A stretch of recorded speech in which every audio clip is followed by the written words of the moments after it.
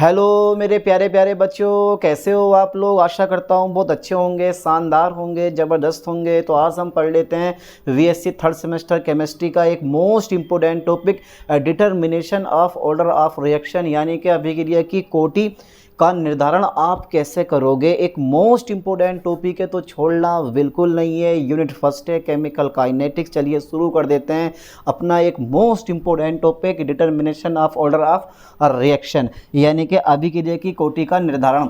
जरा ध्यान से सुनना और देखना, क्योंकि सारे के सारे मेथड इम्पोर्टेंट होने वाले हैं, सारे के सारे मेथड इम्पोर्टेंट होने वाले हैं और एक शॉर्ट ट्रिक में सब कुछ आपको बताने वाला हूं। यानी कि ऑर्डर ऑफ रिएक्शन, अभिक्रिया की कोटि को यानी कि अभिक्रिया की कोटि को डिटर्मिनेट करने की कई विधियां होती हैं, जिनमें से कुछ विधियां मुख्य हैं जो आपकी बुक में दे रखी हैं। देखो, इंटीग्रेशन मेथड, जिसको आप हिट एंड ट्रायल मेथड भी बोलते हो। दूसरा है ग्राफिकल मेथड। तीसरा है हाफ लाइफ मेथड, जो कि वेरी वेरी इंपॉर्टेंट है। ये जो है ना, ये वाला जो है वेरी वेरी इंपॉर्टेंट, ये वाला ये वेरी वेरी इंपॉर्टेंट है यार। ये एग्जाम पेपर में फंसता है और इसी पे हम ज़्यादा जोड़ देंगे। बाकी ये भी ईजी है, ये भी ईजी है, और ये आपकी बुक में नहीं दे रखे हैं। डिफरेंशियल मेथड और फिफ्थ नंबर है ओसवाल्ड आइसोलेशन मेथड। तो ये हम पढ़ेंगे भी नहीं, समझ में आई बात। ये वाले दो टॉपिक हम नहीं पढ़ेंगे, बाकी हमें तीन हम छोड़ेंगे नहीं। एक इंटीग्रेशन मेथड, दूसरा ग्राफिकल मेथड, तीसरा हाफ लाइफ मेथड, जो कि वेरी वेरी इंपॉर्टेंट ये वाला है, हाफ लाइफ मेथड। ओके, तो जरा फटाफट तेजी से डालो हेडिंग। कौन सा वाला? पहला वाला, इंटीग्रेशन मेथड। Integration method. अब देखो यार, शुरू में जब हम लोग पढ़ते हैं ना, तो बड़ा अजीब सा लगता है, लेकिन इस टॉपिक को पढ़ने से पहले ना आपको क्या क्या पता होना चाहिए। यानी कि शून्य कोटि की अभिक्रिया, जिसको आप इंग्लिश में कहते हो जीरो ऑर्डर रिएक्शन के वेग स्थिरांक का सूत्र आपको याद होना चाहिए, ठीक है। दूसरा, प्रथम कोटि की अभिक्रिया के वेग स्थिरांक का सूत्र आपको याद होना चाहिए। दूसरी कोटि की यानी कि द्वितीय कोटि की अभिक्रिया के वेग स्थिरांक का सूत्र आपको याद होना चाहिए, और तृतीय कोटि की अभिक्रिया के वेग स्थिरांक का सूत्र आपको याद होना चाहिए। अगर ये चारों फॉर्मूले आपको याद हैं, तो ये आपके लिए कुछ भी नहीं है, कुछ भी, 0 सन्नाटा है ये आपके लिए। बिल्कुल ईजी, बिल्कुल ईजी, ईजी से भी ईजी, जिसे कहते हैं ना 2 रुपये के ईजी से भी ईजी, वो वाला। जरा डालो पहला नंबर, इंटीग्रेशन मेथड। डाल दिया, ठीक है।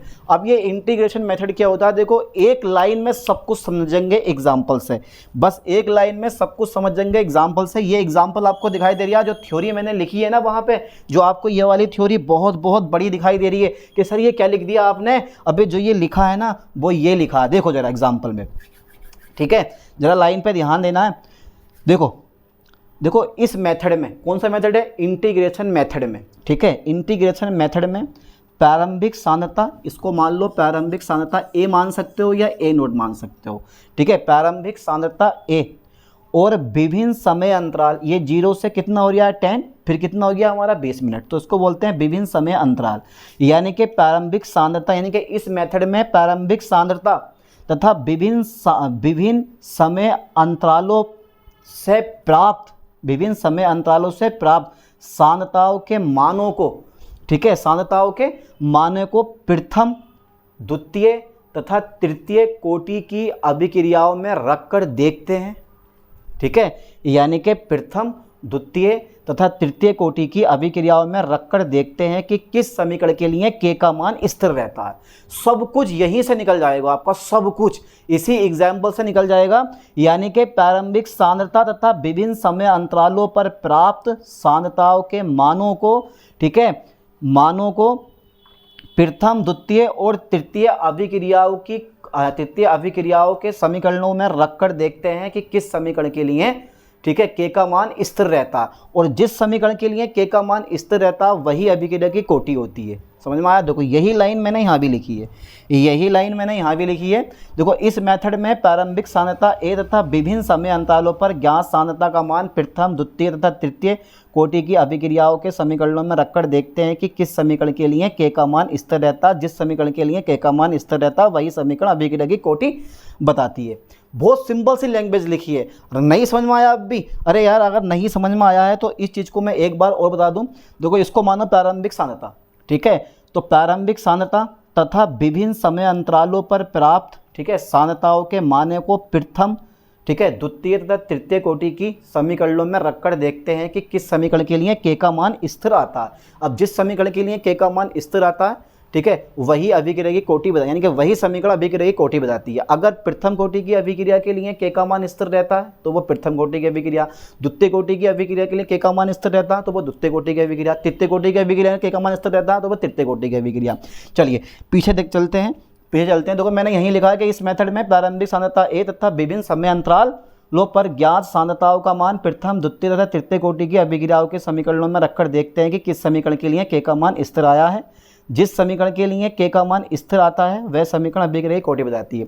देखो जीरो ऑर्डर रिएक्शन अभिक्रिया की, यानी कि फॉर जीरो ऑर्डर रिएक्शन अभिक्रिया की, यानी कि शून्य कोटि की अभिक्रिया के लिए वेग स्थिरांक का सूत्र जो होता है के बराबर ए नोट माइनस के अपॉन टी होता है, इसको याद कर लो। ठीक है, ये शून्य कोटि की अभिक्रिया के लिए है। चलिए प्रथम कोटि की अभिक्रिया के लिए फॉर्मूला ये वाला आता है के बराबर 2.303 अपॉन टी log 10। एक ही जगह आप ए नोट बटा ए भी लिख सकते हो। ये ए नोट क्या है, अभिकारक की प्रारंभिक सांद्रता, और जो ये ए है वो टी समय पश्चात अभिकारक की सांद्रता होती है। ठीक है, ये ध्यान देना। तो हम ए नोट की जगह ए लिख देते हैं, ए नोट की जगह ए, तो ये भी क्या है, प्रारंभिक सांद्रता होती है। ए नोट लिखो या ए लिखो, वो अभिकारक की प्रारंभिक सांद्रता होती है। तो याद करो प्रथम कोटि की अभिक्रिया के वेग स्थिरांक का सूत्र यह वाला होता है, द्वितीय कोटि की अभिक्रिया के लिए वेग स्थिरांक का सूत्र होता है यह वाला 1/t x अपॉन ए माइनस एक्स। तृतीय कोटि की अभिक्रिया के लिए वेग स्थिरांक का फॉर्मूला कौन सा होता है, के बराबर 1/2t, और कितना होता है 1/a-x का होल स्क्वायर माइनस के 1/a²। ये चारों के चारों फॉर्मूला याद कर लो, ये तुम्हें याद भी होने चाहिए।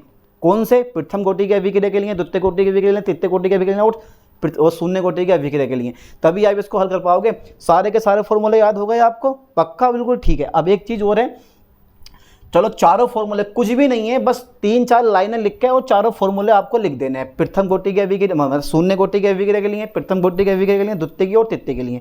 अब देखो इन समीकरणों की व्युत्पत्ति समाकलन से हुई है, जिस कारण, यानी कि इन समीकरणों की व्युत्पत्ति कैसे हुई है, समाकलन से हुई है। अब इसीलिए इसे समाकलन विधि कहते हैं। और इस मेथड में क्या होता है, एक के बाद एक कई समीकरणों में मान रखकर ट्रायल करते हैं। पहले तो आप शून्य कोटि की अभिक्रिया में रख के देखो, फिर द्वितीय कोटि की अभिक्रिया में रख के देखो, फिर तृतीय कोटि की अभिक्रिया में रख के देखो। ठीक है, जहाँ पर के का मान स्थिर हो जाए वही क्या है, इसका राइट, यानी वही अभिक्रिया की कोटि हो जाती है ना। तो इसीलिए इसे समाकलन विधि कहते हैं। इस मेथड में एक के बाद एक कई समीकरणों में मान रखकर ट्रायल करते हैं। ठीक है, अतः इसे ट्रायल मेथड भी कहते हैं, समझ गए।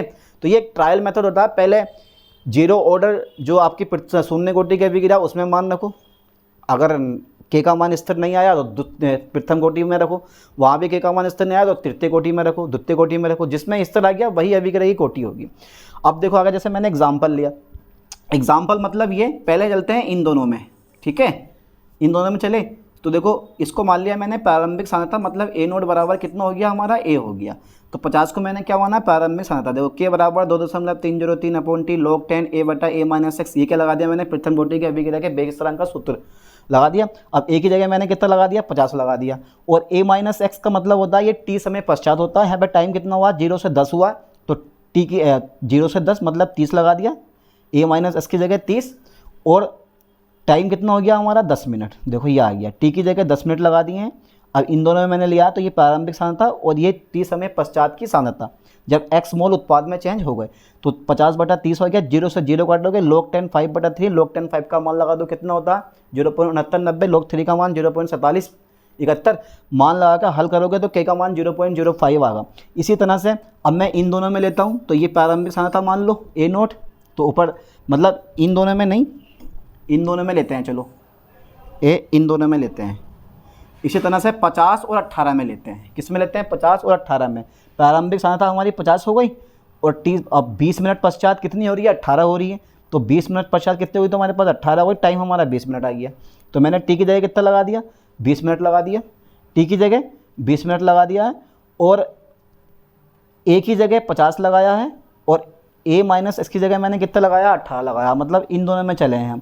तो हल करोगे तो k का मान कितना आ जाएगा, 0.05। मतलब k का मान कैसा हो गया, स्थिर हो गया प्रथम कोटि की अभिक्रिया के लिए। अगर यही मान आप सेकेंड ऑर्डर रिएक्शन में रखोगे, यानी कि सेकेंड ऑर्डर रिएक्शन के समीकरण में रखोगे, तो k का मान वहाँ पे स्थिर नहीं आएगा, ना ही तृतीय कोटि के लिए आएगा, ना ही जीरो ऑर्डर रिएक्शन के लिए आएगा, सिर्फ प्रथम कोटि की अभिक्रिया के लिए आया। इसका मतलब है कि ये एक प्रथम कोटि की अभिक्रिया है, क्योंकि यहाँ पर क्या हुआ, प्रथम कोटि की अभिक्रिया में k का मान कैसा हो गया, स्थिर हो गया।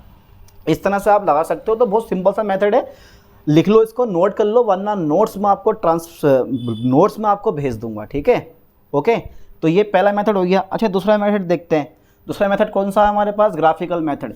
अब ये ग्राफिकल मेथड उससे भी ईजी होता है, ठीक है। इस मेथड में हम कंसंट्रेशन और टाइम के डेटा का यूज़ करते हैं। कंसंट्रेशन ऑफ टाइम के डाटा का यूज़ करते हैं। देखो, इस मेथड द्वारा ऑर्डर ऑफ रिएक्शन ज्ञात करने के लिए कंसंट्रेशन टाइम डेटा का यूज़ किया जाता है। तो मैंने ज़्यादातर इंग्लिश वर्ड यूज़ करे हैं। तो इस मेथड द्वारा ऑर्डर ऑफ रिएक्शन ज्ञात करने के लिए कंसंट्रेशन टाइम डेटा का यूज़ किया जाता है। अब ये क्या है हमारे पास? Zero order reaction. अब जरा ध्यान देना, जीरो ऑर्डर रिएक्शन फॉर्मूला याद है ना आपको? अरे सर क्या क्या याद करें, तो फॉर्मूला मेन काम फॉर्मूला का होता है। देखो, अगर अभिकारक की सांद्रता और टाइम के बीच एक सीधी रेखा आती है तो समझ जाना वो क्या होगा, इसको बोलते हैं इंटरसेप्ट। अब ये इंटरसेप्ट क्या होता है? ये अंतःखंड होता है जो बाई अक्ष पर कटता है। फॉर्मूला याद नहीं है आपको? बाई बराबर m x plus c, y बराबर एम एक्स प्लस सी। तो सी जो होता है ना वो अंतःखंड होता है, ठीक है। बाई बराबर एम एक्स प्लस सी बराबर अंतःखंड। अब ज़्यादा लंबा समझाऊंगा तो बहुत लंबा पड़ जाएगा, इसलिए शॉर्ट ट्रिक से कर लो इसको। तो जो ये ए है, ये क्या चीज़ है? ये है अभिकारक की सांद्रता, वो भी टी समय पश्चात अभिकारक की सांद्रता। प्रारंभिक सांद्रता नहीं है ये वाली हमारी, ये टी समय पश्चात अभिकारक की सांद्रता है, ये समझ गए? टी समय पश्चात अभिकारक की सांद्रता। अब देखो, अगर अभिकारक की सांद्रता और टाइम के बीच एक सीधी रेखा आती है और स्लोप कैसा होता है? निगेटिव होता है, समझ गए? यानी कि अभिकारक और टाइम के बीच एक सीधी रेखा आती है और स्लोप जो होता है ना, रेखा की ढाल जो होती है वो कैसा होता है? निगेटिव होता है। तो इसका मतलब है वो जीरो ऑर्डर रिएक्शन होती है। देखो, एक सीधी रेखा प्राप्त होती है और जो निगेटिव स्लोप होता है वो वेलोसिटी, जो निगेटिव स्लोप होता है वो वेलोसिटी कांस्टेंट के बराबर होता है। यानी कि ए और टी के बीच में जो आपने ग्राफ खींची है वो एक सीधी रेखा प्राप्त होती है और जो निगेटिव स्लोप होता है वो वेलोसिटी कांस्टेंट के बराबर होता है। इसका मतलब है ये जीरो ऑर्डर रिएक्शन है। अब चलते हैं फर्स्ट ऑर्डर रिएक्शन पे। यहाँ पे आपको दिखाई दे रहा है लोग, वो log a और टाइम के बीच खींची जाती है। किसके बीच में? log a और टाइम के बीच खींची जाती है। ये इंटरसेप्ट मतलब अंतःखंड होता है यहाँ पर, और स्लोप जो आती है वो आती है माइनस के बटा 2.303। यहाँ भी एक सीधी रेखा आपको प्राप्त होती है, बट जो नेगेटिव स्लोप होता है वो माइनस के बटा 2 यानी कि माइनस के बटा 2.303 के बराबर होता है। देखो, ये और ये दोनों सेम है, बस अंतर इतना है कि यहाँ स्लोप भी चेंज है। स्लोप इक्वल टू माइनस के अपॉन 2.303 के बराबर आता है, और यहाँ एक ही जगह कितना आता है? log a। अब देखो थर्ड नंबर पे अगर तुम देखोगे आगे, तो थर्ड नंबर पे जरा ध्यान देना। देखो, सेकेंड ऑर्डर रिएक्शन के लिए जो ग्राफ आता है ना, बिल्कुल सीधा आता इस टाइप से, यानी कि जो रेखा आती है वो भी सीधी आती है, बट पॉजिटिव स्लोप जो होता है वो वेलोसिटी कांस्टेंट के बराबर होता है। और यहाँ पर जो ग्राफ खींची जाती है वो टाइम और 1/a के बीच खींची जाती है। तो इससे आप जान सकते हो एग्जाम पेपर में जो नीट वाले बच्चे होते हैं, जेईई वाले बच्चे, आईआईटी वाले बच्चे होते हैं, उनके लिए ये बहुत बहुत इंपॉर्टेंट होता है। वहाँ पे स्लोप दे रखी होती है, उससे पहचानना होता है ये कौन सी कोटि की अभिक्रिया है, समझ गए? तो ये मेथड वहाँ पे बहुत ज़्यादा यूज़ होते हैं। फिलहाल तो आपके उसमें बेसिक है, इतना अंदर नहीं जाना, लेकिन फिर भी मैंने काफ़ी अंदर तक ले रखा है। बस बेसिक आपको बताना है ग्राफिकल मेथड में।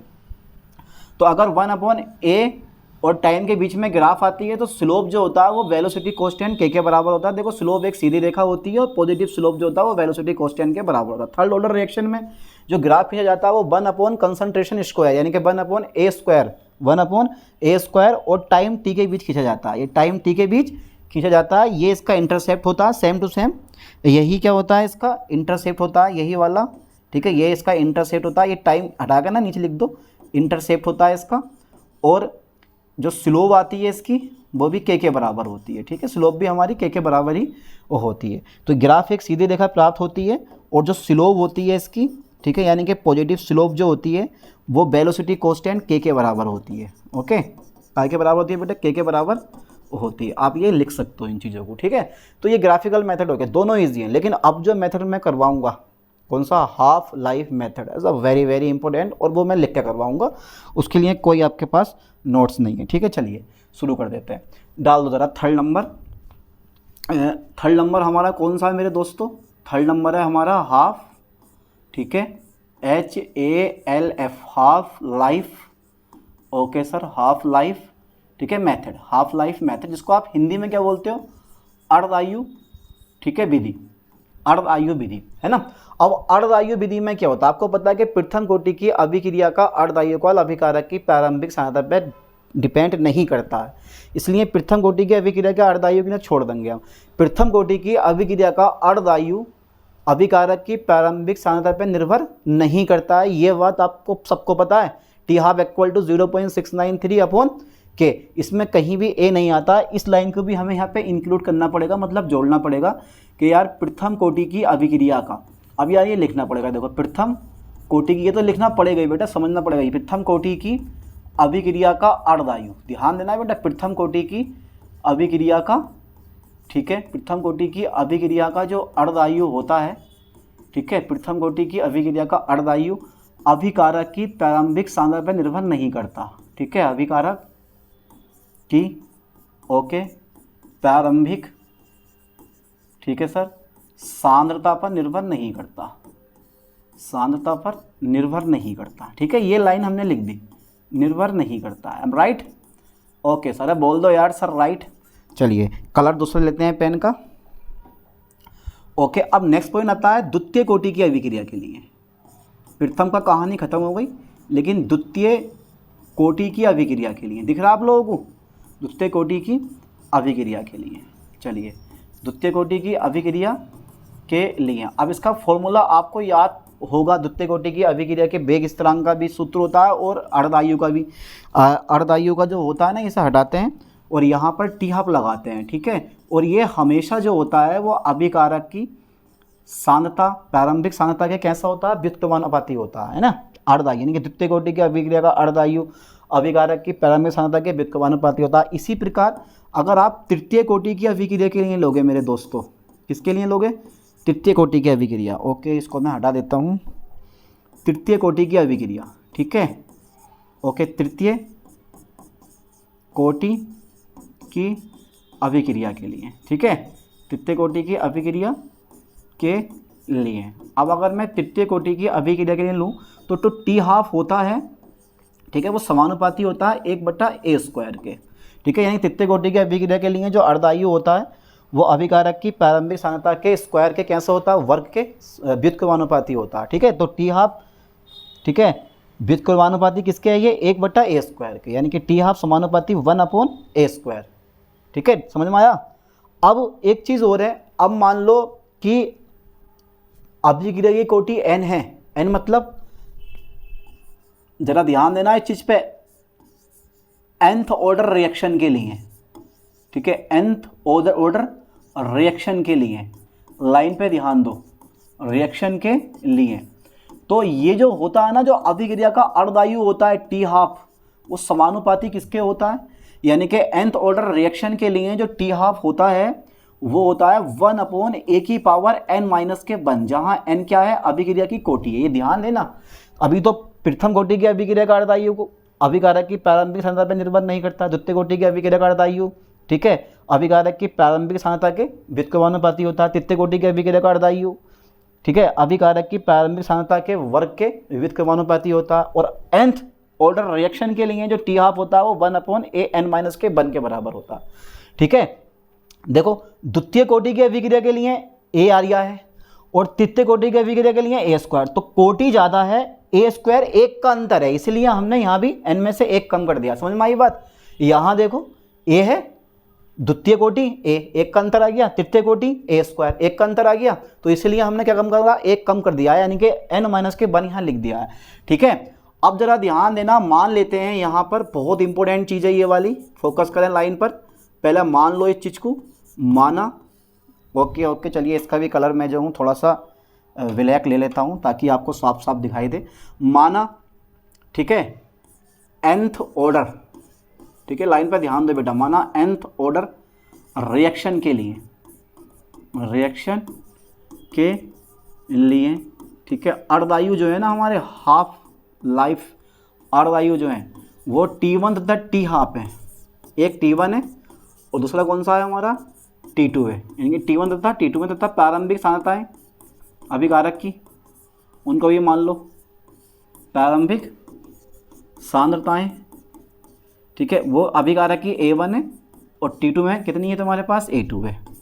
तब देखो, तब T1 अगर निकालोगे तो ये आ जाएगा 1/, ठीक है, A1n-1, ठीक है, और जब समानुपाती का चिन्ह डालोगे तुरंत वेलोसिटी कांस्टेंट आएगा K1 की फॉर्म में, ठीक है। आप K1 नहीं, वेलोसिटी कांस्टेंट तो हमारा समान रहेगा, खाली K ही रहेगा, ठीक है। 1/A1 n-K1, ठीक है। या हमारा इक्वेशन नंबर, इसको फर्स्ट बना सकते हो।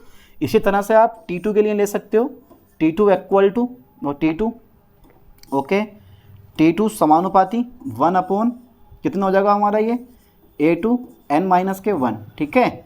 अब T2 बराबर कितना हो जाएगा हमारा 1/A2, यानी कि K लगा दो, क्वेश्चन आ जाएगा तुरंत हमारा n-K1, ठीक है। समीकरण नंबर 2 आ गया। इतना दिख रहा ना आप सब लोगों को? इतना है, नहीं दिखाई दे रहा? क्लियर? छोटा कर दूँ इसको? है भाई, छोटा कर दूँ? अरे यार, ये आगे बढ़ा दूँ? कह दो बढ़ा दो, चलिए आगे बढ़ा देता हूँ। अब समीकरण 1 ना, समीकरण जो हमारा 1 है उसको 2 से भाग कर दो, समीकरण 1 को 2 से भाग कर दो। अगर चाह रहे हो तो पिछले कैनवास पे ही मैं करवा सकता हूँ, लेकिन यहाँ करवा दूँ, कोई दिक्कत नहीं पड़ेगी। चलो 1 को 2 से भाग कर दो। चलिए, तो समीकरण 1 को 2 से हमने भाग करी है, तो एक जो भाग आई है ना वो हमारे पास T1/T2 आया है, और भाग करी है हमने K, और ये है हमारा 1/A1 n-K1 है हमारा, बटा K कितना है 1/A2 n-K1 है हमारा, ठीक है। K से K कट गया, A2 की पावर n-1 कहाँ पहुँच जाएगा हमारा? ऊपर पहुँच जाएगा। तो T1/T2 बराबर कहाँ पहुँच गया हमारा? ये A2 n-K1 और अपॉन A1 n-K1। अच्छा, इसको आप T1/T2 को ऐसे रहने दो, इसको ले सकते हो आप A2/A1 की पावर कितना हो जाएगा? n-K1 हो जाएगा हमारा ये, ठीक है। A2/A1 की पावर n-1, और इस मेथड को हम बोलते हैं मेथड ऑफ एक्विफ्रैक्शन पार्ट कहते हैं, ठीक है। ध्यान देना, यानी कि इस मेथड को, इसका नाम रख दिया आप पर्सनल, कि इस मेथड को यानी कि इस मेथड को, एक मिनट, इस मेथड को मेथड ऑफ, ओके, इस मेथड को मेथड ऑफ ठीक है, एक्विफ्रैक्शन पार्ट के भी कहते हैं, पार्ट भी कहते हैं, ठीक है, ओके। यानी कि इस मेथड को मेथड ऑफ एक्विफ्रैक्शन पार्ट भी कहते हैं। अब मुझे क्या करना है? दोनों पक्षों में लॉग लेना है, ठीक है। ले लो, तो यहीं लिख दे रहा हूँ मैं, दोनों पक्षों में लॉग लेने पर, ओके। चलो लो, दोनों पक्षों में क्या करने पर बेटा? लॉग लेने पर। फटाफट ऐसे ले लो, दोनों पक्षों में लॉग लेने पर, इधर भी लॉग लो, इधर भी लॉग लो। चलिए मैं दोनों पक्षों में लॉग लेता हूँ, okay okay okay okay okay okay. Mistake हो रही है यार, मिस्टेक पता नहीं कैसे कैसे हो रही है, ये मिस्टेक नहीं होनी चाहिए थी। लॉग T1/T2 और बराबर, ठीक है, ये आ जाएगा हमारा लॉग A2/A1 की पावर कितनी है हमारी? n-K1। अब n-K1 फॉर्मूला आपको पता होगा लॉग का, जहाँ भी लॉग लगता है उसके 3 फॉर्मूले वहाँ पर लगते हैं। लॉग m की पावर n, तो m log m की पावर n, तो n log m, तो ये n-K1 क्या हो जाएगा हमारा? पहला आ जाएगा, ठीक है। और log ये आ जाएगा हमारा A2/A1। आ गया इतना कंप्लीट। अब ये गुणा वाला कायम आ जाएगा भाग में, इसको आप ऐसे ले सकते हो, n-K1 बराबर हो जाएगा हमारा log T1/T2, और बटे में कितना आ जाएगा हमारा? log ये आ जाएगा A2/A1। अब हमें क्या करना है? यहाँ पे फॉर्मूला लगाओ log m/n का। log m/n बराबर होता है log m - log n। लघु गुणक के तीनों फॉर्मूले आप सबको याद होने चाहिए। तो यहाँ पर n-K1 बराबर हो जाएगा log T1 - log T2, ये फॉर्मूला होता है। बटे में कितना आ जाएगा हमारा? log A2, ठीक है, माइनस के log A1। ये फॉर्मूला हमारा बन गया है ना। अब ये माइनस का बन जाए, बराबर के इधर लेके जाओ, तो यहाँ पर आपको देखने मिलेगा कुछ इस टाइप का formula, 1 plus log T1, okay okay, minus के log T2, ठीक है। बटे में कितना आ जाएगा हमारे पास? log आ जाएगा A2 माइनस के log A1। तो इस तरह से हमारा डेटा आ जाएगा, और ये फॉर्मूला बन गया हमारा ये वाला, ठीक है। ये फॉर्मूला बन गया हमारा ये वाला। अब तुम्हें अगर T1, T2, A1, A2 के मान दे रखे होंगे तो आप n का मान निकाल सकते हो। समझ में आई? यानी कि T1, T2, A1 तथा A2, ओके, के मान ज्ञात होने पर, के मान ज्ञात, ठीक है बेटा, होने पर n का मान ज्ञात किया जा सकता है, ठीक है, किया जा सकता है। तो ये कुछ 3 मेथड हो गए। बाकी हमारा एक डिफ्रैक्शन मेथड और एक हमारा ओस्टवाल्ड आइसोलेशन मेथड, ये हमारी बुक में नहीं दे रखे हैं, ठीक है। बस केवल 3 ही मेथड है, और 3 ही मेथड आपको अच्छे से कवर कर लेने हैं। तो इस तरह से आप n का मान यहाँ से फाइंड कर सकते हो। है सिंपल, बस ऐसे सिंपल सा होता है यार। तुम तो बेवजह में डरते हो इन चीज़ों से, हो गया। तो इस लेक्चर में कौन कौन से मेथड मैंने आपको करवा दिए हैं? इस लेक्चर में मैंने 3 मेथड करवाए हैं। एक तो इंटीग्रेशन मेथड, दूसरा मेथड कौन सा है हमारा? दूसरा मेथड है हमारा एक इंटीग्रेशन मेथड हो गया, दूसरा ग्राफिकल मेथड हो गया, और तीसरा जो है हमारा ये वाला हाफ लाइफ मेथड हो गया। इन तीनों मेथड को अच्छे से कवर करना, एग्जाम पेपर में पूछे जाते हैं। चलिए मिलते हैं नेक्स्ट वीडियो में। थैंक्स।